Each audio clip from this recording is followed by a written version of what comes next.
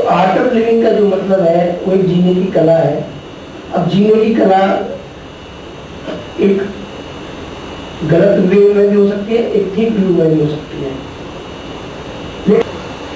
इसका हिंदी में मतलब है जीने की कला, यही ना। अब जीने की कला क्या हो सकती है? क्या हम छल कपट के साथ जिए या ईमानदारी के साथ जिए? और यदि हम ईमानदारी के साथ जीते हैं तो क्या दुनिया हमें जीने देगी? क्या हम अपने कर्तव्य का निर्वाह ईमानदारी के साथ कर पाएंगे? क्या गरीबी में भी हम हेरा फेरी नहीं करेंगे? क्या एग्जाम्स में भी सवाल नहीं समझ में आते हैं तो क्या नकल नहीं करेंगे? कैसे अपने आप को एक कॉम्प्लेक्स सर्कमस्टेंसेस में और समस्याओं में, परेशानियों में मजबूत रखा जाए, स्थिर रखा जाए, जिससे कि हम अपना और अपने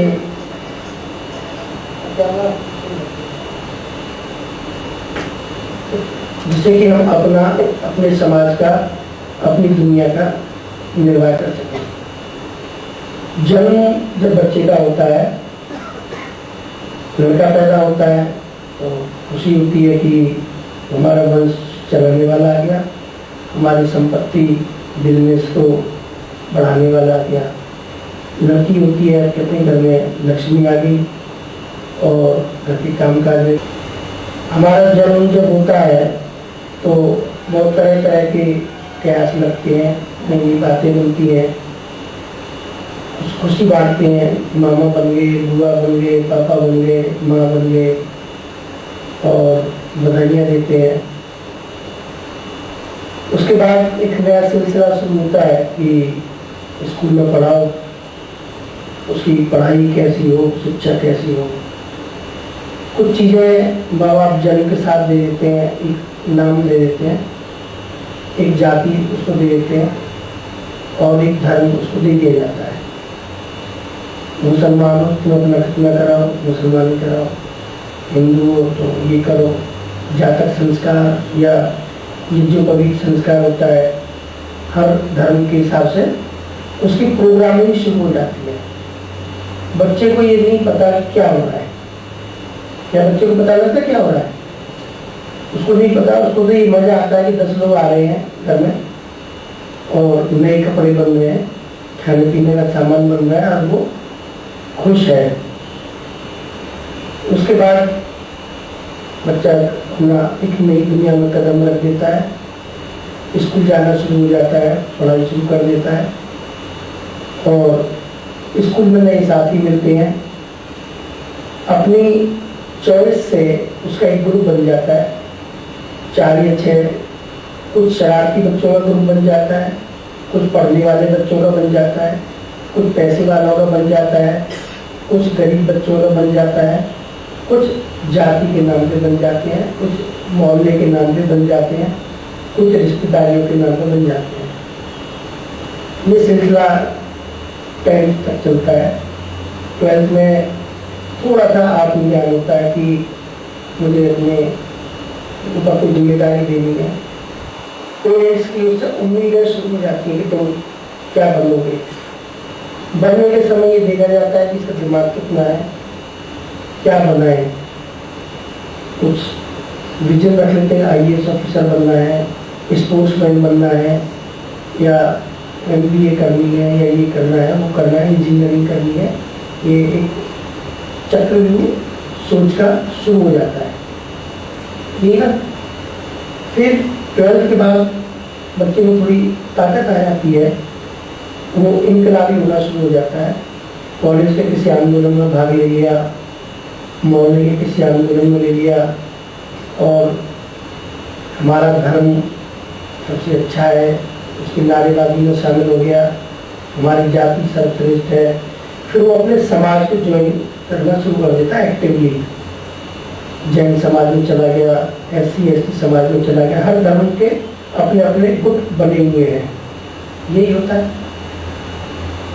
BJP में चले गए, कुछ BSP में चले गए, राजनीतिक क्षेत्र में चले गए, कुछ RSS में चले गए, कुछ लोग इश्क की दुनिया में पहुंच गए, लव हो गया, फिर वो उसमें खो गए, तो ये एक दूसरा चक्रव्यूह शुरू हो जाता है। उसके साथ और जिंदगी आगे बढ़ती है, ग्रेजुएशन में आ जाते हैं और फिर पढ़ाई करने के बाद कुछ लोग ठगी से रह जाते हैं, कुछ लोग सोचते हैं कि मैंने 25 साल की तपस्या के बाद अपने मंजिल फतेह कर ली। ठगी से रह जाने का मतलब क्या है कि कुछ लोग राइज नहीं कर पाते, वो इच्छाओं के अनुरूप जीवन में आगे नहीं बढ़ पाते, और माँ बाप भी कहते हैं बेटा मैं तो क्यों पैदा हो गया, मर के नहीं गया। रिश्तेदार भी उससे घृणा करने लगते हैं और उसके अंदर क्रोध आना शुरू हो जाता है। अलग अलग सबके अपने अपने अंदर, सबके मन में कुछ ना कुछ क्रोध भरा हुआ होगा किसी ना किसी तरह से।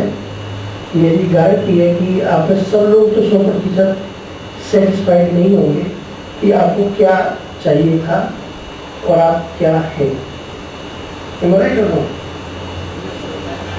किसी की भी इच्छा पूरी नहीं हुई होगी।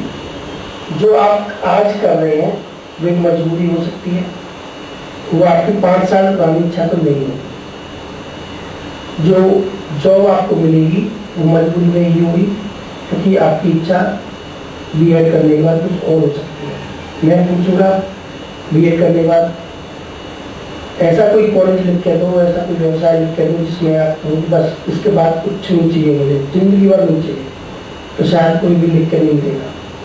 या किसी को अच्छी जॉब चाहिए, कहीं मुझे तो सरकारी नौकरी चाहिए, सेंट्रल स्कूल वाली, जहाँ सुबह को 8 बजे जाओ 12 बजे घर आ जाओ, पढ़ाना ना पड़े, हफ्ते में 3 दिन क्लास हो, वो भी 1-2 घंटा घूमो और चले आओ। ऐसी चाहिए, सब खुश हो जाएंगे। सरकारी हो, इसमें 3 बार फंड मिले, 4 बार अपना हड़ताल हो जाए, भारत बंद पर छुट्टी हो, और आज चट्टा चौथ की छुट्टी, आज गणेश चतुर्थी की छुट्टी, आज रामजी लाल के जन्मदिन की छुट्टी, कल को कृष्ण जी मर गए उनकी छुट्टी, वो मर गया वो जिंदा हो गया, नेताजी के धुना हो जाए। ये ऐसी सरकारी नौकरी छोड़ दो जो महीने में 4 दिन ही जाना पड़े, बाकी दिन अपने बच्चों को खिलाओ, अपने घर में रोटी को होने से छुट्टी मिले बस, और इतनी तनख्वाह मिल जाए कि 2 नौकर हो घर में, एक गाड़ी हो, गाड़ी में ड्राइवर हो, शायद ज़्यादा बढ़िया है, और अपना हस्बैंड के साथ पिकनिक पर चले जाए, वहाँ होटल से खाना आ जाए, ठीक ठाक बढ़िया से कपड़े आ जाए, कपड़े रिपीट ना करने पड़े, किसी की शादी में जाए तो ज्वेलरी हर बार थोड़ी नई हो, इसके अलावा मुझे कुछ नहीं चाहिए। आगे को बताओ यार, बच्चे ऐसे हैं जो बिल्कुल चांद का गुरु गुरु हो, और वो सब अपना सबकी इच्छा है। तो अब ये अवस्था पानी है, तो फिर अवस्था ही मिल नहीं रही, ये स्टेज आपको नहीं मिल रही, क्या करें? तो इसके लिए फिर एक स्ट्रेस पैदा होता है। स्ट्रेस ऐसा पैदा होता है कि बचपन से ही जो फूल खिलना था, जो आपके चेहरे में तेज और लालिमा आलू थी, तो किसी की कभी नहीं दिख रहा हो, तो सबके चेहरे मुरझाए हुए खिलना थे। शीशे में आप देखोगे तो अपनी आंखों के नीचे काले निशान, दाल कुचके हुए, कोई ऐसा चेहरा नहीं नजर आ रहा जो स्वामी विवेकानंद जैसा हो, महर्षि दयानंद जैसा हो, सरदार पटेल के जैसा हो, भगत सिंह के जैसा हो। मुझे कोई भी अपने विद्यार्थियों में ऐसा चेहरा नजर नहीं आता जिसमें मैं एक गौर करूँ कि मेरे यहाँ शेर पड़ता है। बड़ी पीड़ा होती है एज ए टीचर। एक शॉर्ट टर्म रिलेशनशिप हो सकती है कि आप आएंगे, एग्जाम दोगे और फिर उसके बाद चले जाओगे। और मेरे साथ तो मीटिंग ये पूरे पीरियड की है, 3-4-6 घंटे की, और कुछ मैं अपनी करूँगा, कुछ आपकी सुनूंगा, और उसके बाद फिर आएंगे। कुछ टाइम आपका प्रोग्राम अच्छा रहेगा, 3-4 दिन उसका रंग चढ़ा रहेगा, फिर वही गंगा जी पर गंगा था, चलना है ना। तो ये जो मैं बात कर रहा हूँ ये खुली चौपाल है, इसमें कुछ भी चीज़ जो मैं बोल रहा हूँ हो सकता है 90% या 100% आपको गलत लगे, उसमें कोई दिक्कत नहीं है, क्योंकि मैं आपसे सीखूंगा, आप मुझसे सीखूंगा, है ना। इसलिए विचार विमर्श है, डिस्कशन है कि ऐसा क्यों है कि आप सब तनाव में रहते हैं। रोटी की दूरी बना ली, चलते चलते उसी में सब्जी बन लिया, आलू उबाल कर दिया, नमक निकाला, खाते खाते चला गया, चाय ब्रेड गरम कर लिया। अब तो रोटी बनाने से भी बचती हैं लोग, महिला बचती हैं। उन्होंने अपना जल्दी से दूरी बनाई, खाते हो तो मत खाई, खाते हो मछली जो जल्दी हो रही होती है। हाथ उठाओ, खुल के बोलो, क्योंकि अब खुल के नहीं बोलो तो मजा आ जाएगा। तो मैं आपको बता बात नहीं करता हूँ। हाँ खाइए, सभी ने खाई होगी। अरे बोलो हम बे। हाँ ठीक है, गलत बात। तो जिस चीज के लिए आप लोग जिंदे हैं, जिस चीज के लिए आपने जन्म लिया है, जो चीज आपको ऊर्जा देती है, उसके लिए आपको टाइम नहीं है, टाइम नहीं है। उनके भी खाएंगे तो मोबाइल देख लेंगे, कुछ कॉल तो नहीं आ गई, या टीवी चला लेंगे, या थोड़ा जल्दी खाएंगे, ज्यादा टाइम ना लगे, है ना। अब तो ये बहुत सारी कॉन्स्टेंट्स हैं। तो मेरा ये मानना है कि कैसे जिंदगी जी जाए, तो उसको मैं कहूँगा कि हमको सीखना पड़ेगा कि इतनी सब परेशानियों में हम अपनी जिंदगी जिए, कैसे जिए। यदि अच्छी जिंदगी जीते हैं तो वो एक आर्ट ही कही जाएगी, नहीं कही जाएगी। तो इसी को मैं कहता हूँ आर्ट ऑफ लिविंग। ये कोई ये मेरा सा अपने अनुभव है, क्योंकि हजारों स्टूडेंट्स को मैं सिखा चुका हूँ और सबकी परेशानी को जानने की कोशिश करता हूँ, उनके अंदर घुसने की कोशिश करता हूँ, और इच्छा होती है कि सब सीखें। आपकी गलती है कि यहाँ आने से पहले आपको जो स्टूडेंट करके जा चुके हैं उन सबसे बात करनी चाहिए थी, जिससे कि आपके अंदर एक सकारात्मक सोच बनती थी कि क्या डिस्कशन होना है। किसी ने बात की नहीं की, बताते नहीं है, उनको गुरु मंत्र दे रखा है। सकारात्मक सोच और भी बात है जो मैं देखता हूँ। मैंने एक आपको एक जीवन चक्र बताया, आप में कुछ लोग हिस्ट्री के होंगे, जो हिस्ट्री के फ्रेंड नहीं है वो हाथ उठाए। फिर आपने हिस्ट्री पढ़ी भी नहीं होगी, इच्छा भी नहीं होती हुई पढ़ने की, है ना। हिस्ट्री का मतलब रजिया सुल्ताना कब पैदा हुई, मोहम्मद तुगलक कब पैदा हुआ, झांसी की रानी के घर कहाँ था, यही ना। मैं इसको हिस्ट्री नहीं मानता। जो ज्योग्राफी नहीं पढ़ते हो बताए, हाथ उठा। ये जो पढ़े हैं ज्योग्राफी वो हाथ उठा। ज्योग्राफी में क्या पढ़ते हो, पृथ्वी का गोलाकार है ना, ये नदी वहां बहती है, ये नदी वहां से निकलती है, ये। लेकिन आप ये क्यों नहीं पढ़ते कि झूठ कहाँ बिल्कुल पैदा नहीं होता, झूठ कहाँ सबसे ज्यादा होता है। नारियल की खेत सबसे ज्यादा दुनिया में कहाँ है और कहाँ में बिल्कुल भी नहीं है। बेसिक ज्योग्राफी क्यों नहीं पढ़ते। किसी चीज के पढ़ने में आनंद कब आएगा, जब उससे हमारा कोई लगाव हो।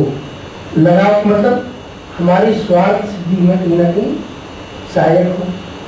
मंदिर जाते हो क्या कहते हो, इसीलिए तो कोई नहीं जाता कि मैं बस मिलने आया हूँ भगवान से, आपको मुझे काम देगा, ऐसा कोई नहीं कहता। इम्तिहानों में तो मैंने बहुतों को देखा है, हम कुछ कर जाएंगे बिल्कुल जैसे बैंगन को भून दो ना, उसमें थके हुए और हाथ में ₹1.25 के बतासे गिरजा रखे होंगे, तो उन लोगों लेके बिल्कुल लगा के क्या एग्जाम है मंदिर हो गया है। अरे कड़ा में भारत तुम्हारी नस्ल से वाकिफ है, तो तुम कितने छालबाज हो। ईश्वर कणकड़ में है नहीं है वो आपकी नस्ल से वाकिफ नहीं है। इम्तिहान में चले गए, भगवान ने सब दिला देना और यदि पकड़े जाए तो छुड़वा देना और चुंदी भी चढ़ा देंगे। एक नया फैशन चला है आजकल, पहले तो बहुत थोड़ा था, एक मुर्दा गड़ा हुआ होता है, मरा हुआ, वो थोड़े भी खा गए होंगे, उसके ऊपर बड़ी बड़ी बढ़िया रेशमी चादरें चढ़ी होती हैं। माँ बाप को तो फटी हुई रजाई दे देते हैं, उसमें रूमाल भी गोला गोला बन के घूमता रहता है चारों ओर, है ना, 1.5 किलो की रजाई। और वहां मुर्दे के ऊपर चादर चढ़ाएंगे, बेली चढ़ाएंगे। मेरा काम बन जाएगा तो 1 बेली और पड़ोसी मर जाएगा, उसकी जगह मिल जाए 3 बेली। अरे वो खुद अपना जिंदगी नहीं बचा सका, वो जरा मर गया, कब्र में दफन हो गया, कुछ नहीं रखा हुआ। अंधविश्वासों को दिमाग से निकालना एक बहुत बड़ी कला है और बहुत मुश्किल जॉब है। क्यों कि बचपन से जब आप पैदा हुए तो आपके दिमाग की प्रोग्रामिंग ही इस तरह से कर दी गई। आपको बता दिया गया कि आप राजपूत की औलाद हैं, आपको नहीं झुकना है, आप ब्राह्मण की औलाद हैं, आप तो बहुत पवित्र इंसान है धरती पे, इससे ज्यादा तो पवित्र हो ही नहीं सकता कोई भी। आपको बता दिया गया, आपको बता दिया गया कि आप हिंदू हैं, आपको बता दिया गया आप मुसलमान हैं, आप ईसाई हैं। उसको ये नहीं बताया गया कि हिंदू क्या होता है, ईसाई क्या होता है, मुसलमान क्या होता है। बस एक लाइन चल पड़ी, एक भेड़ चल गई। जैसे कहते हैं ना कि 100 भेड़ थी, उनमें एक भेड़ दीवार कूद गई, कितनी बची? एक भी नहीं बची। तो ये हम सब का हाल हो रहा है। एक ने मूर्खता कर दी, अब हम उसको जस्टिफाई करते रहेंगे। वहां पे एक काला घड़ा बैठा रहेगा, अनपढ़ गंवार बिल्कुल, उससे आशीर्वाद मांगते रहेंगे। इतना सा टाइम हम 2 घंटे अपनी स्टडीज में नहीं लगाते। मैं कहता हूँ यदि जिंदगी का आप एक मतलब बना लें, एक सिर्फ गारंटेड, सत्य को ग्रहण करने और असत्य को छोड़ने में हम हमेशा तैयार हैं। सत्य को ग्रहण करने के लिए और असत्य को छोड़ने के लिए हम हमेशा तैयार हैं। तो आपकी जिंदगी जीने की सोच ही बदल जाएगी, आपके विचार ही बदल जाएंगे। अभी क्या है, यदि मेरे फादर ने मुझसे कहा सांप को दूध पिलाने से नाग पंचमी के दिन एक तरक्की हो जाएगी, तो मुझे सोचने की जरूरत ही नहीं है ना। ये मैं किसी की बुराई नहीं कर रहा हूं, मैं बहुत खुली की बात कर रहा हूं। हम लोग, बहुत से लोग यहाँ पर रस्सी बांध कर रखते हैं, कुछ नींद आएगी या भूत प्रेत नहीं लगेंगे। मैं जब पढ़ता था, मेरे स्कूल के पीछे कब्रिस्तान था, तो गेंद तली खेलने जाया करते थे। तो मैं जान के गेंद को ऐसा फेंकता था कब्रिस्तान तक चली जाए दीवार। क्यों? वहां लोग एक रुमाल रख के लाल रंग का उसमें पेड़ा रखी जाते थे, और मैं उनको उठा के लेता। मैंने कहा जिसको भूत लगेंगे उसको लगने, तो मुझे तो भूत, बड़े भूत के बारे में मरा को बात है सब जीतने के। ये सब क्या है? आप जब पढ़े लिखे हो, आपको ये भी पता है कि पानी पानी ही नहीं है, पानी में इलेक्ट्रॉन भी है, प्रोटॉन भी है, ये ऑक्सीजन भी है। पानी में कितने पार्टिकल्स होते हैं ना। पानी से बिजली भी बनती है और उसी पानी को हम पीते हैं। तो जब इतना सब कुछ आ गया, तो आपको ये पता है, कभी टाइम नहीं निकाला साइंटिस्टों ने, इस मुर्दे के अंदर जमीन में गला हुआ है, उसके अंदर कीड़े पड़ चुके होंगे, खत्म, हम बता नहीं पीटते रहते हैं। मैंने कई बार कहा कि इसको खुदवाओ पहले और यहाँ से इसको ठीक करवाओ, लेबल करवाओ जमीन को। बड़ी बुरी लगती है बात, ये तुम्हारे धर्म की बुराई होगी। इससे क्या है, ये सब क्यों मैं बात कर रहा हूँ? मैं किसी की क्रिटिसाइज नहीं कर रहा। हम सब बेवकूफ हैं और बेवकूफ बन चुके हैं। आंखों के आगे से पर्दा उतरना है। पर्दा कैसे उतरेगा? यदि मैं ये सोच लूं कि मुझे अपनी कौम, अपनी कम्युनिटी, अपनी जाति, वैश्य जाति, बनिया जाति, ब्राह्मण, क्षत्रिय से कोई लेना देना नहीं है। मैं एक मानव बनूंगा, मुझे मानवता से प्यार है, मुझे किसी से कोई नहीं है। मैं यहाँ हरिजन हूँ, शेड्यूल्ड कास्ट हूँ, जाता हूँ, सब मेरे भाई हैं। मुझे नहीं मालूम कि क्या है, मैं सब विद्यार्थी जाति है आपकी। उसमें लिखा हुआ है परसव जाति संस्कार विधि में। जन्म के समय पे जो जाति होती है वो जाति होती है। जन्म के समय पे जाति इंसान की है। इंसान में मेल या फीमेल दो जाति हो सकती है, या कुत्ता घोड़ा गधा वो भी जाति है। मैं जब सैनिक में था, मैंने छुआछूत के खिलाफ अपने आप अभियान उठाया। मैंने 8 में 2 रुपए चंदा किया और अपने हरिजन बस्ती में जाकर मैं नावल करवाया। फर्स्ट टाइम मैंने उनके बीच में बैठ के 5 किलो की नावल किया। मैंने कहा ये सब मनुष्य है और मनुष्यता हमारी जाती है। ये जरूर है कि लोग लड़ने के लिए कहते हैं जाति शब्द का इस्तेमाल किया। मैं कहता हूँ जो चमड़े का काम करता है, चाहे मैं ही क्यों ना करूँ, मैं चर्मकार जाति से हूँ, व्यवसाय मेरा चर्मकार का है। यदि मैं मंत्र पढ़ता हूँ, श्लोक पढ़ता हूँ, तो मैं उसमें ब्राह्मण जाति से हूँ। मैं टीचिंग करता हूँ तो मैं ब्राह्मण जाति से। लेकिन एक चक्रव्यूह में सबको बुरी तरह से लपेट दिया है। मैं पूछता हूँ कि आपका बायोडाटा क्या है, कि ये मेरी जाति है, गांव ये, क्या क्या बताओगे आप? मेरा नाम रामस्वरूप है ना? अब मैं उसके बच्चे के सामने कहूँ रामस्वरूप गधा, उसका लड़का कहेगा मेरे पिताजी को तुमने बोला, मैं तुम्हें दूंगा। यदि मैं किसी पार्टिकुलर धर्म को मानता हूँ,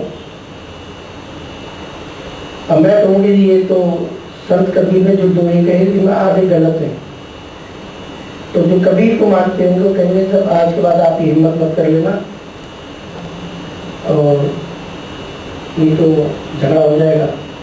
यदि मैं किसी सिख को कहूँगी आपके धर्म में 1000 कमियां हैं, तो कहेगा सब तलवार से लड़ने के लिए भी आप तैयार हो, तो बताओ आगे से हमारे लिए कुछ मत कहना। तो इसका कारण फिर क्या है? कारण ये कि बचपन में जो बीज बोया, हमने, वो बड़ा होकर पेड़ बन गया। हमने अपने बच्चों को क्या सिखाया कि तुम ब्राह्मण जाति में हो, तुम्हारा धर्म ये है, तुम मॉडल टाउन के हो, इसलिए VIP कॉलोनी में रहने वाले हो, तुम फलाना स्टेट से हो, तुम्हारे पेरेंट्स ये हैं, तुम खानदानी हो, तुम महाराजा परिवार से हो, तुम ये हो, ये हो, ये हो, ये हो, ये हो। I belong to good family. मैं भी पूछूंगा कि कोई ऐसा है जो बैड फैमिली के कोई हाथ में उठाएगा? सब कहेंगे I belong to a good family, यही ना? कोई कहेगा कि मैं गर्व परिवार से हूँ। तो ये सब हमारे माइंड में फीड है। इसके लिए मैंने कोई रिसर्च नहीं की कभी की, मैं तो यही मानकर चला रहा हूँ पैदा होने से कि मैं एक बहुत अच्छे परिवार से हूँ। ये मैंने कभी रिसर्च करने की जरूरत नहीं समझी, या मैं जिस धर्म में हूँ मेरा धर्म सर्वश्रेष्ठ है, मैंने कभी इसमें रिसर्च नहीं की। मैं जिस जाति में हूँ ये जाति सबसे अच्छी है दुनिया में, बाकी सब बेकार है, सीनियर जाति है मेरी कास्ट। मैंने इसके लिए कोई रिसर्च नहीं की कभी कोई नहीं करता रिसर्च। वो सब ये मानते हैं कि जो मेरे पेरेंट्स ने कहा वो फाइनल है, चाहे वो बुराई हो चाहे वो अच्छाई हो। मेरे साथ एक स्टूडेंट पढ़ता था, उसके फादर जो है उसको जुआ खेलने के लिए अपने साथ बैठाते थे। वो कहते थे यदि ये सीख लेगा तो कमा खाएगा। 10 से लेकर 2 साल वो जुआ खेला। उसके लिए उसके फादर सर्वश्रेष्ठ हैं, इसी के लिए वो जुआरी हो सकते हैं। लेकिन वो कहता मेरी father is very much caring, मेरे फादर जैसे धरती और जमीन में पैदा नहीं हुआ कोई इंसान जिसने मेरे लिए इतना सोचा। तो उसने कोई रिसर्च नहीं की इस बात को देखने के लिए कि इसका अंत क्या होगा। अब इसका नतीजा क्या होता है, एक साइड में मैं इस बात को रख देता हूँ कि हमने अपनी जिंदगी जीने के लिए कोई रिसर्च नहीं की। दूसरी साइड क्या है कि पूरी क्लास में एक टीचर पढ़ाता है, तो आधे लोग बिलो एवरेज होते हैं, बिलो एवरेज कोई तो होता ही बिलो एवरेज। चलो बिलो एवरेज छोड़ दो, कितने लोग फर्स्ट आते हैं? कुछ इधर भी आ जाओ, कितने लोग फर्स्ट आते हैं क्लास में? फर्स्ट डिवीजन मार्क्स ले लो, 70% प्लस को फर्स्ट डिवीजन बोलूंगी अभी तो। कितने लोग? 10%, 20%? देखिए आप जवाब देते रहिए तो डिस्कशन में आसानी होगी। पूरी क्लास में टीचर तो एक है, टीचर एक है ना। मैं इनको भी बता दूं, मैंने कहा कि जो हम बचपन में पैदा होते हैं, हमारा एक नाम रख दिया जाता है ना। वो नाम पत्रा से सूट करे या वैसे सूट करे, उसमें मैं डिबेट में नहीं जा रहा हूं। हमारा एक नाम रख दिया, फिर एक धर्म के हिसाब से हमारे संस्कार करा दिए, हमें एक जाति दे दी, एक धर्म दे दिया, और फिर अपनी इच्छा से एक स्कूल में भेज दिया। ये हुआ तो वो चीज हमारे ऊपर बचपन से ही हमारी प्रोग्रामिंग कर दी कि तुम हिंदू हो तो तुम्हारा धर्म सर्वश्रेष्ठ है, तुम मुस्लिम हो तो तुम्हारा धर्म सर्वश्रेष्ठ है, तुम क्रिश्चियन हो तो तुम्हारा धर्म सर्वश्रेष्ठ है। और जबकि धर्म जाति को समझने का टाइम नहीं दिया, किसी ने कोई रिसर्च नहीं की आज तक। जो प्रोग्रामिंग होगी उसको जस्टिफाई करने की हमने कोशिश की है सर। यदि मैं हिंदू हूँ तो मैं जस्टिफाई करूंगा कि मैं ही सबसे बढ़िया हूँ, बाकी धर्म सब बेकार है। यदि मैं मुस्लिम हूँ तो मैं जस्टिफाई करूंगा मेरा धर्म सबसे अच्छा है, बाकी सब बेकार है। No argument. सिख हूँ तो ऐसा है। वर्ल्ड में करीब 300 तरह के रिलीजन्स हैं जो अपनी अपनी जगह है। इंडिया में करीब 15 के करीब होंगे, और गुरुओं को जोड़ूं तो फिर तो हजारों में पहुंच जाएंगे। कि जो मेरे गुरु ने कहा है वो सच का है, बाकी जो गुरु जी कह रहे हैं वो कुछ ज्यादा जान नहीं है। तो इस तरह से हमारी जिंदगी चली जाती है, और फिर next generation to next generation वो चक्र चलता रहता है। तो आर्ट ऑफ लिविंग का जो मतलब है वो एक जीने की कला है। अब जीने की कला एक गलत व्यू में भी हो सकती है, एक ठीक व्यू में भी हो सकती है। लेकिन मैं ये देखता हूं कि जो हमारे विद्यार्थी हैं, कितने के चेहरे स्वामी विवेकानंद, स्वामी दयानंद, सरदार पटेल के चेहरे से मेल खाते हैं। तेज है किसके चेहरे से, इसका चेहरा दूर से तो चमक रहा है। इन लोगों ने तो मुझे नहीं लगता कभी डीओ लगाया होगा, या क्रीम आती है नाइट को भी लगाओ दिन में भी लगाओ, नीचे आती है बहुत सारे गाल में की, है ना। तो भगत सिंह ने, स्वामी विवेकानंद ने कोई क्रीम नहीं लगाई होगी। कितने बलिष्ठ थे, कितने विद्वान थे। मैं आज की पीढ़ी को जब देखता हूँ, मेरे सामने आते हैं फ्रेंड्स, पहली बेच में जाते क्या मैं इसमें देश का भविष्य देख सकता हूँ? क्या मैं इसमें मानवता का भविष्य देख सकता हूँ? बड़ी निराशा होती है। क्यों? कि हेयर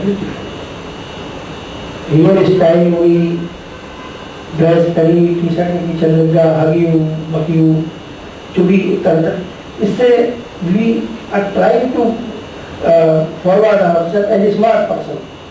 बट चेहरे का तेज कहाँ है? कोई है? जोश कहाँ है? स्वामी दयानंद के सामने देखा 2 साल लड़ रहे थे, तो वो उनके बीच में गए, दोनों को सीन पकड़ के ला हटा दिया और अपने अपने रास्ते चले गए। ऐसी कहानियों से प्यार भरा पड़ा है। अब परेशानी आपके सबके सामने ये है कि आप ग्रो ओवर ना पूछ चुके हैं, 22 की एज आ गई होगी एवरेज, कि 3 साल बाद आप रोटी कैसे खाएंगे यदि पढ़ाई नहीं की तो।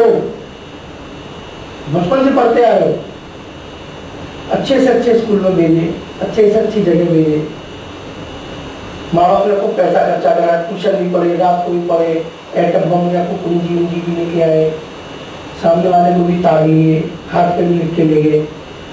फिर भी चिंता है सबको कि क्या होगा 3 साल के बाद। इससे सब चिंतित हैं।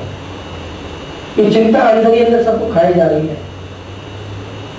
उसका शादी भी होनी है, शादी में लड़की ऐसी चाहिए जो मोस्ट ब्यूटीफुल हो, मोस्ट केयरिंग हो, और दहेज में भी लिया है। हम मांगने तो कुछ नहीं, लेकिन उसके मम्मी पापा की अकेली हो तो और बढ़िया है, वो देते रहे और अपना काम चलता है, पी जाए, सास लड्डू बना के खिलाए।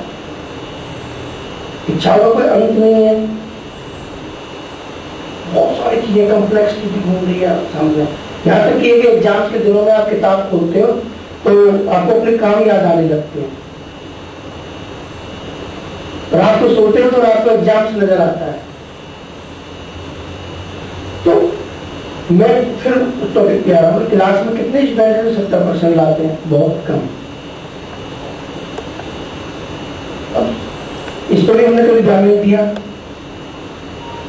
मैं पढ़ता तो बहुत हूँ, पूरी रात पढ़ता हूँ, लेकिन मेरे नंबर नहीं आते। या तो टीचर नाराज है, मेरी कॉपी में कोई चक्करबाजी करी जाती है। किसी भी तरह आप सबर कर लेते हो, तो 50% बाद वो कहते 50 आ रहा है, ठीक है चलना चाहिए। लेकिन कभी इस बात पर रिसर्च नहीं किया आपने कि क्लास में ऐसा क्यों हो रहा है ये? क्योंकि बचपन से आप देखते आ रहे हो इस चक्कर को, नहीं देखते हुए आ रहे हो।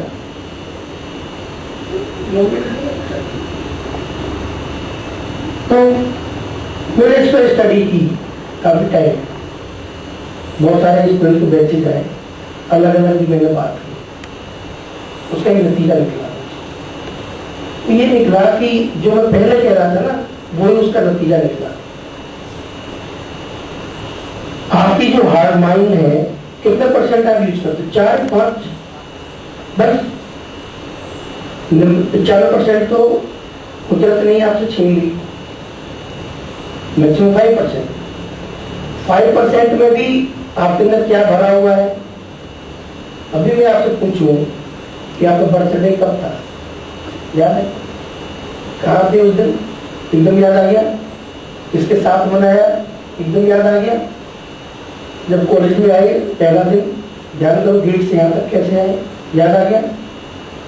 इतनी तेज प्रोसेसिंग ईश्वर ने दी है हमें कि हम 1 साल 6 महीने, यानी जबकि एक दिन में आपको 10 लाख ख्याल आते हैं, कम से कम इम्प्लीमेंट करते हैं हम 50 से 100। नहाना है, ख्याल आया नहाना, रोटी खानी, और नहीं लेना, ये ख्याल आया, मना कर दिया। लेकिन सुबह से शाम तक माइंड चलता ही रहता, सोते हुए भी चलता रहता है। क्या आते रहते हैं? प्यार आता है, गुस्सा आता है, लव आता है, नफरत होती है, याद आती है, भूल जाते हैं, अगला काम याद आता है, कल की प्लानिंग याद आती है, परसों की आती है। किसी को देख के उसके प्रति याद आ जाता है कि ये इससे 3 दिन पहले लड़ाई हुई थी, 4 दिन पहले दोस्ती हुई थी। तो हमारा माइंड कहाँ का ऑक्यूपाइड है? इसको मैंने स्टडी की। हम एक बहुत बड़ी तादाद में अपने जाति के बंधन से बंधे हुए हैं, बंधे हुए। हम बहुत बड़ी तादाद में अपने स्टेट के बंधन से बंधे हुए कि हम बिहार के तो बहुत अच्छे हैं, या मैं बिहार का नहीं हूं तो मैं ज्यादा अच्छा। हम एक धर्म के बंधन से बंधे हुए हैं, जो बचपन में प्रोग्रामिंग कर दी कि बंधन बन गया। पेरेंट्स के बंधन से बंधे हुए, जो हमारे पेरेंट्स कर रहे हैं वही ठीक है, बाकी मुझे नहीं सुनना किसी का कुछ भी। जो मेरा ग्रुप कह रहा है, होता ना कि ग्रुप बने होते हैं, वो ग्रुप मेरा ठीक है, ये ग्रुप बनवा है। सब अपने अपने ग्रुप में चलते हैं, ग्रुप सबके छोटे छोटे ही है।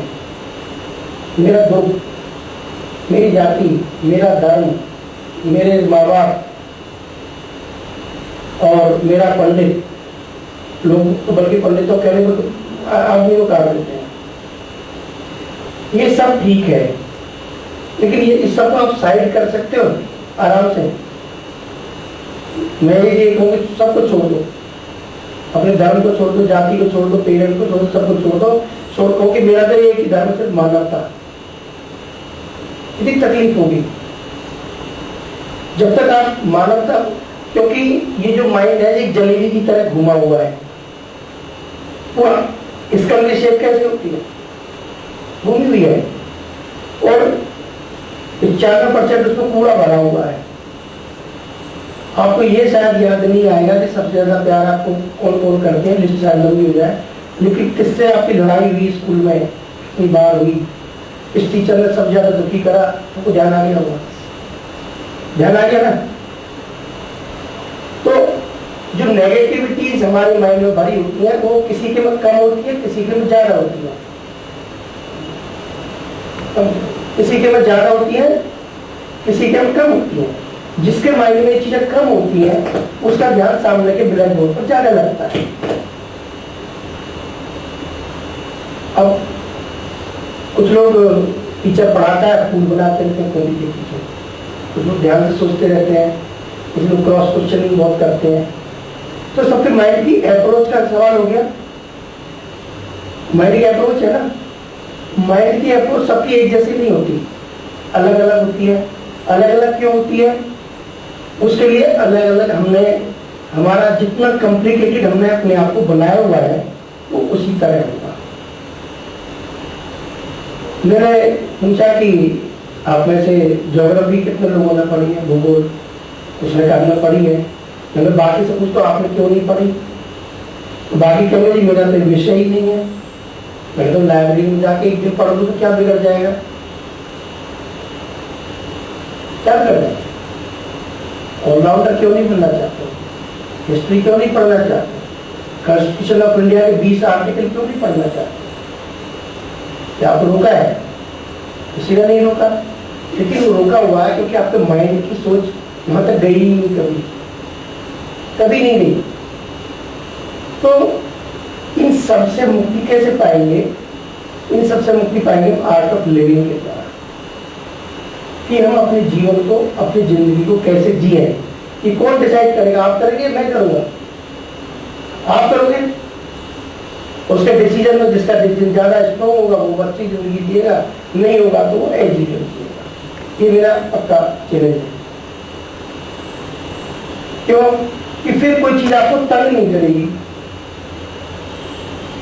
मैं यदि आपके सामने से निकल रहा हूं, मैं चलो अपने को लेकर एग्जाम्पल देता हूँ, आप सब खड़े हुए हो, अब कोई मुझे विश ना करे, मुझे क्या होगा?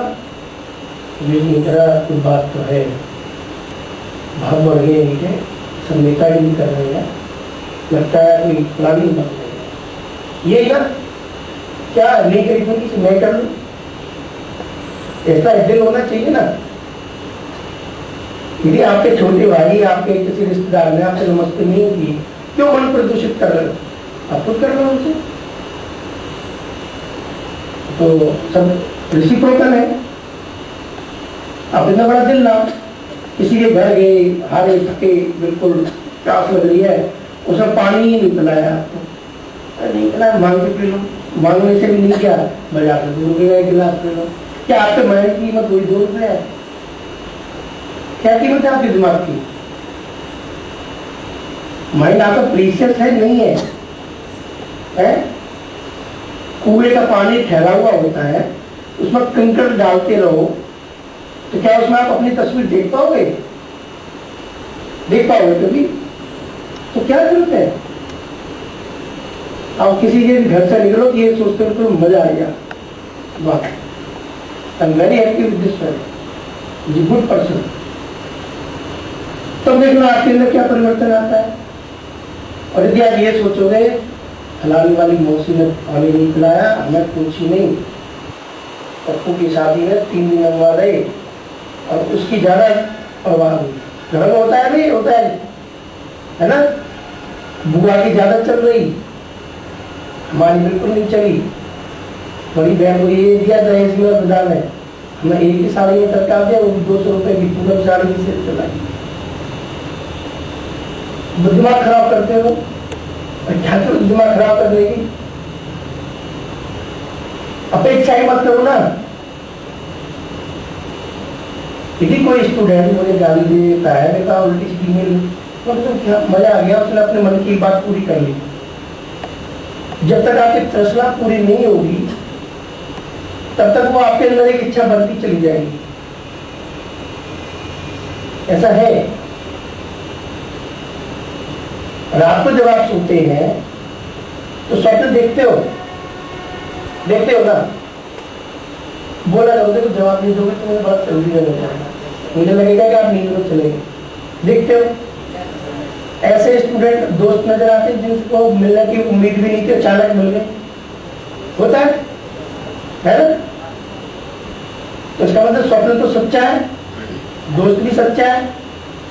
तो दोस्त आपके माइंड में कभी घुसा होगा और उसका टर्न आ गया, आपको पूरी बॉडी अपने आप रिकवर करती है तो पेश हो गया। स्वप्न में कभी ऐसा नहीं होता है ऐसी जगह गए हो कि जहाँ ऐसे आदमी से मिले हो जिसको कभी देखा ही ना हो? हाँ बताओ, होता है ना? ये आपकी पास्ट लाइफ है। हमारे जो संस्कार हैं, वर्तमान संस्कार ही हमारे जीवन को अफेक्ट नहीं करते, हमारी पास्ट लाइफ भी हमें अफेक्ट करती है। क्योंकि हम क्या कैरी करते हैं, क्या कैरी करते हैं? शरीर कैरी नहीं करते कभी भी, तत्व कैरी करते हैं।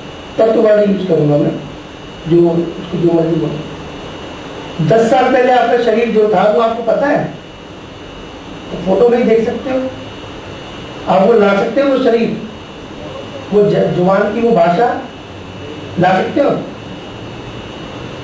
शरीर छोड़ दिया, लेकिन 10 साल पहले आप कहाँ थे, क्या कर रहे थे, तो पता है आपको? आज भी पहचान लोगे? कैसे पहचान लोगे? क्या आंख के अंदर कोई पता लिखा हुआ है? कहीं आपकी मेमोरी स्टोर है ना? अब शरीर को काट के चले जाओ, कुछ नहीं निकलेगा, खून और ब्लड, और क्या है? हड्डियां, खून निकलेगा, हड्डियां निकलेगी, मांस निकलेगा। लेकिन फिर भी मैं कहूँगा 20 साल पहले थोड़ा सा ध्यान करो, बचपन में आप कैसे थे, तो एकदम ध्यान आ गया, शरीर छोड़ दिया। 10 साल बाद क्या होगा? ये शरीर भी छोड़ दोगे? छोड़ दोगे? वो आपके हाथ में नहीं, अपने आप चला जाएगा। लेकिन शेष क्या रहेगा? तो तत्व आपके अंदर रहेगा, क्योंकि खून भी बदलता रहता है ना? तो ये तत्व क्या है? ये कैरी ओवर है, ये कैरी ओवर है। आपने आज की डेट में जो पढ़ाई की, बचपन में जो आपने एक और एप्पल याद किया, वो आपके आज काम आ रहा है, काम आ रहा है ना? तो आपकी जो मेमोरी में है वही काम आ रही है ना? मेमोरी आप देख सकते हो? कोई दुनिया का आदमी बता दे तो मेमोरी देख सकता है? नहीं देख सकता। तो ये सब चीजें हमें अफेक्ट करती हैं। मैं आ जाऊंगा कि एक इंसान बहुत इंटेलिजेंट है, एक इंसान बिल्कुल टफर है। ये उसका दोष नहीं है जो टफर है, जो इंटेलिजेंट है ये उसकी खूबी नहीं है, ये उसकी प्रोग्रामिंग है। आप अपने मस्तिष्क को जितना खुला बनाओगे उतना खुले रहोगे, जितना बांटोगे उतना बन जाओगे, जितना दोष दर्शन करोगे उसकी बुराई नजर आती नहीं। बहुत से घरों में सुबह से ही माँ धार शुरू होती है, बर्तन फेंकने शुरू होते हैं, बहुत से घरों में देखो सुबह से फूल खिलने शुरू होता है। तो ये जिंदगी जीने की कला है। अब इसकी प्रोग्रामिंग आपकी कैसे चेंज हो? कोई मेडिसिन तो नहीं मिल सकती बाजार में, मिलेगी? नहीं मिलेगी। कोई सर्जरी भी नहीं हो सकती। ये सिर्फ सोच बदलने के लिए हम यहाँ पर इकट्ठे हुए हैं, और सोच को हम कैसे बदलें इस पर थोड़ा सा हमारा डिस्कशन होगा। सब खुल के बात करेंगे, अपनी इच्छा प्रकट करेंगे, अपनी बातें खुल के बोलेंगे। ना मैं चेयरमैन की हैसियत से बात कर रहा हूँ, ना आप स्टूडेंट की हैसियत से, वी और आर कोलीग्स और टीचर है, मन से बात निकाल। आप में कोई ऐसा है वो स्टूडेंट उसको बहुत ज़्यादा टेंशन रहती है, बहुत ज़्यादा परेशान है मेरे पास तो, कि 1 करोड़ रुपए का इनाम, 1 करोड़ रुपए का इनाम है, अब 3 मिनट सांस मत लेना बस। तो क्या होगा? कुछ याद नहीं होगा। इसका मतलब वक्त बड़ा कीमती है। 1 करोड़ रुपए बहुत छोटे हैं, 100 भी कर दोगे तब भी हमारे लिए कोई मायने नहीं रखते। यही जिंदगी बहुत कीमती है। 3 मिनट सांस नहीं लेंगे तो हम सर्वाइव नहीं कर पाएंगे। क्या सांस लेने की कुछ कीमत आप देते हो जो आप 1 करोड़ रुपए लेने के लिए मना कर रहे हो? कि 3 को 2 कर दूं तब भी नहीं, है ना। सिर्फ ये कहोगे ट्राई कर सकते हैं, हम गारंटी नहीं दे सकते। इसका मतलब ये है कि आप करोड़पति तो हो कि 2 मिनट के मैं आपको 1 करोड़ रुपया दे रहा हूं, अब मना कर रहे हैं, तो इसका मतलब आप जो 2 मिनट की सांस है हमारी, वो कीमती है। बेश कीमती शब्द इस्तेमाल करें। हाँ हाँ हाँ या ना तो बोल जाता हो, बेश कीमती है वो सांस हमारी, यही ना। हाँ एक बात तो है, यदि मैं कहूंगा कि एक दिन खाना मत खाना, मेरी बात मान लो, तो सब तैयारी में कोई प्रॉब्लम नहीं है। तो कहने से 1 दिन 2 दिन की बात मान लेते हैं, चिंता क्यों करो, अन्ना की तरह 3 दिन की भी मान लो। लेकिन ये बात मत हो कि हम सांस ना लें। तो इसका मतलब क्या हुआ कि हम जो सांस लेते हैं, इसको सांस शब्द की जगह ये है प्राणवायु, प्राणवायु। तो ये शब्द ज्यादा सटीक होगा, जो वायु हमें प्राण देती है। इसके बदले में हम क्या करते हैं, सांस फेंकते हैं। जो सांस फेंकते हैं बहुत गंदी होती है, उसमें स्मेल होती है, उसमें डिसीज होती है, सब कुछ होता है यही। लेकिन ईश्वर की महिमा है, तो गुरु भी नहीं कर सकता ऐसे कि सबके साथ छंद के हमारे पास आ रही हो। हम यहाँ सांस फेंक रहे हैं, लेकिन bad smell is going out, उसका हमसे तो मतलब नहीं है। और हमें अच्छी स्मेल अपने आप मिल रही है ऑटोमेटिक, ऑक्सीजन वाली प्राणवायु, प्राणवायु ही मिल रही है, बिना किसी डिमांड के, बिना कोई डिस्टर्बेंस किए हुए। इवन हमें पता भी नहीं चलता कि हम प्राणवायु ले रहे हैं, नहीं चलता, है ना। तो इसका मतलब ये है कि कोई शक्ति है, और ये जो दुनिया भर के गुरु बने हुए हैं, यदि मैंने रात निकाल दी, तुम भगवान से बढ़ के हो गए, ये सब पागल बनाया दुनिया को। ये सब जितने बड़े बड़े गुरु है ना, ये कोई गठिया का मरीज है, कोई टीबी का मरीज है, कोई कैंसर से मरा है, ये सब अस्पतालों में वेंटिलेटर में मरे आते ज्यादा। और इन्होंने हमारा माइंड प्रदूषित करने में कोई कसर नहीं छोड़ी, चाहे साईं बाबा हो, चाहे ये वाला बाबा मथुरा में जो जय गुरुदेव टाट वाला बाबा। मैं जय गुरुदेव से मिलने गया जब मैं बीकॉम फर्स्ट ईयर में था, तो इनका एक चेला था, मैथमेटिक्स में बहुत इंटेलिजेंट था, मुझे मैथ आता नहीं था। हम फर्जी चल होंगे, तो 3-4 दिन में पढ़ भी लिए इस बारे। तो उन्होंने आदेश दिया कि सब टाट पहनोगे सिर्फ, और अपनी इनकम गुरुदेव को भेज दोगे। 4000 करोड़ की प्रॉपर्टी निकली है मरने के बाद, शतायु हो गए भी नहीं दिया। तो ये मैं माइंड खोलने की बात कर रहा हूँ। ये जो जितने गुरु घंटाल है, विद्वान होना आदर करो, लेकिन जो अपने को कह रही मैं भगवान हूँ, भगवान के समान हूँ, उसको बोलते तो भगवान के झूठन का झूठन भी नहीं है। एक बात है, शनि महाराज पढ़ाता है टीवी टाड़ी वाला, कहता अच्छा ये मंत्र लिखो उससे ठीक हो जाओगे। अरे तुम्हारी बात की भी हिम्मत नहीं जो ईश्वर को काबू कर सको। सांस छन के आ रही है, बिल्कुल नहीं आ रही। तो ये सत्य है, और इस सत्य को स्वीकार करो। अपने दिमाग को कभी जिंदगी में गुरु घंटालों के चक्कर में ये जो उपदेश देने के बाद अपनी पूजा कराते हैं, अपनी फोटो लगाते हैं, तबीज बांटते हैं, अपना ये सब बांटते हैं, ये सब ढोंग है, पागल है, बिल्कुल धोखेबाजी है सब। विषय ये नहीं है, विषय ये है कि हम अच्छी प्राणवायु लेते हैं और गंदी प्राणवायु निकालते हैं। और यदि सड़क पे जा रहे हैं तो गंदी जो एयर आती है तो रुमाल रख लेते हैं। इसमें भी एक छोटा सा गैप आ गया। जो सांस मैं ले रहा हूं या जो सांस आप ले रहे हैं, इसमें डिफरेंस है आपस में भी। एक जैसी क्वालिटी की सांस नहीं ले रहे, क्योंकि it depends on our body structure.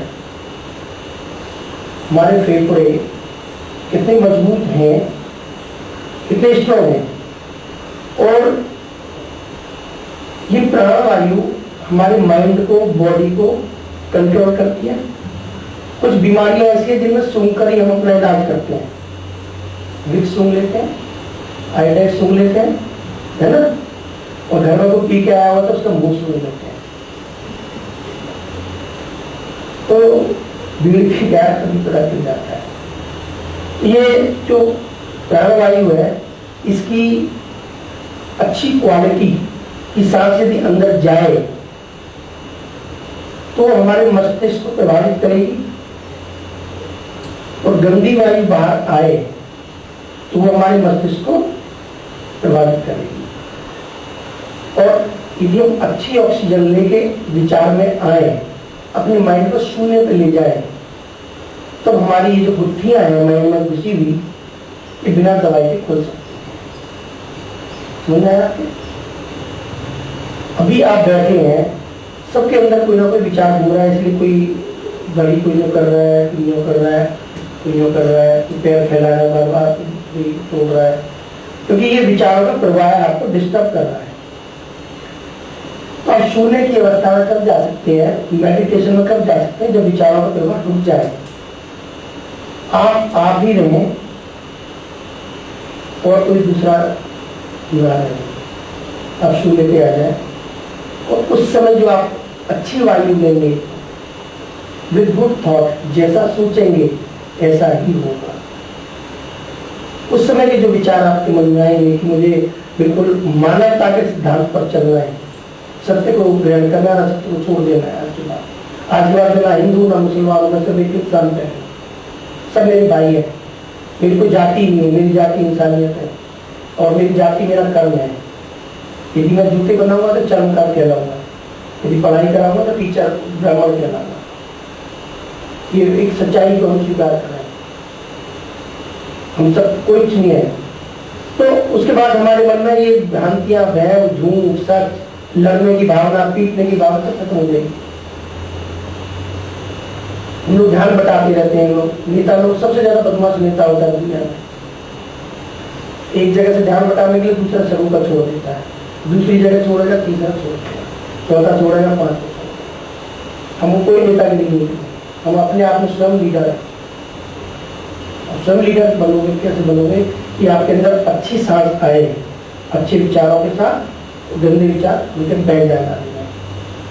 तो नाली में जब कीचड़ नहीं साफ हो रही हो तो आप क्या करते, बाल्टी भर के पानी लेते हो और जोर से फेंकते हो, यही ना, यही। इसलिए मेडिटेशन में आपको सांस को बहुत जोर से फेंकना है, जब बिल्कुल जो सांस रुकी पड़ी है वो कभी निकल जाए, सारा टॉक्सिन बाहर। और आपको ये फील करना है कि आप सिर्फ अकेले हैं और कोई नहीं है। ऐसा कैसे फील करोगे, यदि आपकी आंखें बंद रहेगी। आंखें बंद कर ली तो मुझे पता ही नहीं आता। यदि आप गाड़ी चला रहे हैं तो आपको आंखें खुलनी पड़ेगी, क्योंकि आपको बाहरी सड़क से आपका रिश्ता है करीबी। लेकिन आप इनर सर्जरी करोगे, आपका अंदर का शरीर का ऑपरेशन करना है, तो आपको एनेस्थीसिया देना पड़ेगा। एनेस्थीसिया कैसे लोगे कि आप बिल्कुल आंखें बंद कर लो, बाहरी दुनिया से निकल, तो तब आप मेडिटेशन कर सकते, तब आपके अंदर रिजल्ट आने शुरू होते हैं।